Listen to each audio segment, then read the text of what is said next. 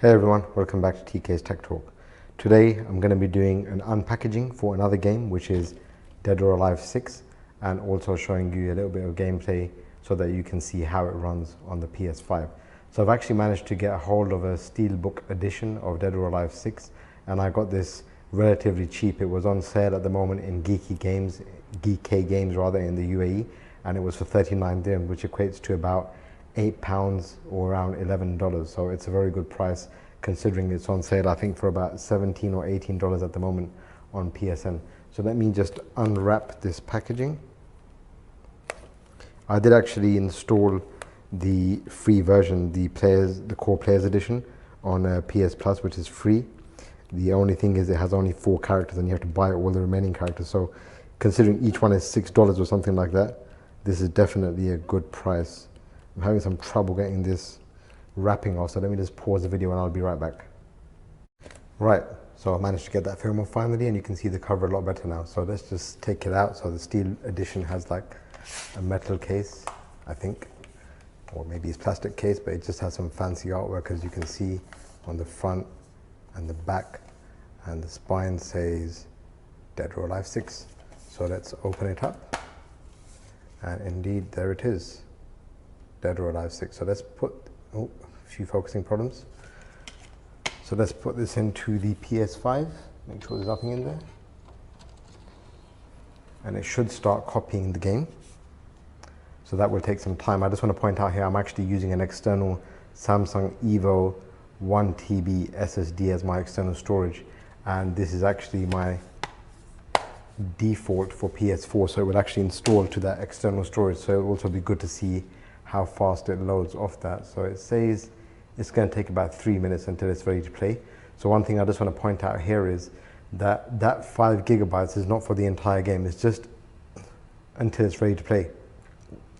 Once we have that, we can start playing the game, and then in the background it will continue to install however big the rest of that game is. I'm not exactly sure how big it is.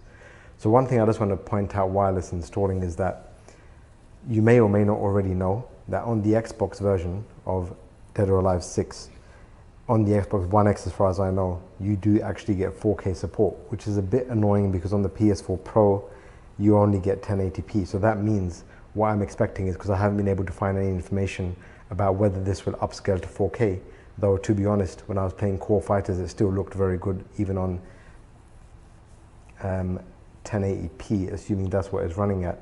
So my TV is 4K. It's only 4K 60. You can see it's got a blue line. It's quite an old TV now, like 5 years old. And usually it's fine. It works absolutely fine. There's nothing wrong with it apart from that line. But the 4K 60 is there, but unfortunately the game only runs at 1080p 60. So I'm going to pause the video here and let it install, and I'll be right back. Okay, so while the game installs, I just wanted to show you that we're almost at the point at which we can play the game. But you can see there's 2 things going on here. There's a version 1.3 update, which is downloading. That's 36 gig. It's going to take 30 minutes to download. Now, the other thing to point out is the main game without the update is 28 gig. And you can see it's now installing, and the remainder is queued. So I'm just going to pause the video here and let it install.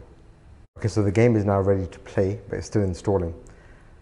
I just wanted to show you the screen just to show you that my TV is indeed 2160p or 4K at 60 Hertz. So we should get 60 frames a second irrespective of 1080p or 4K.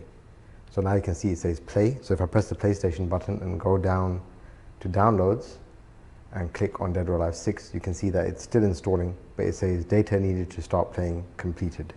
So let's long press PlayStation button to get back to the home screen in case you didn't know that, and let's click play. Start without updating.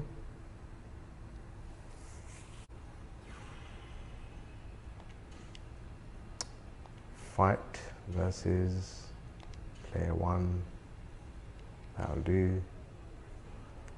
And so we're still waiting for the characters in grey. It says can't be selected while installation is in progress, so they're actually currently installing. So let's just select a character that's already installed. Let's try Diego. Haven't played this game for a while, so I'm not going to be the absolute best at this game.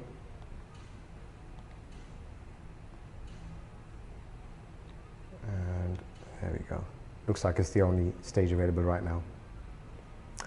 So as you can see, it's loaded pretty quickly, and to be honest, even if it is running at 1080, it does look pretty smooth, and the graphics look very good as well. So it's definitely a game which is worth considering if you do like beat 'em ups, and the gameplay is absolutely fantastic. It's very smooth.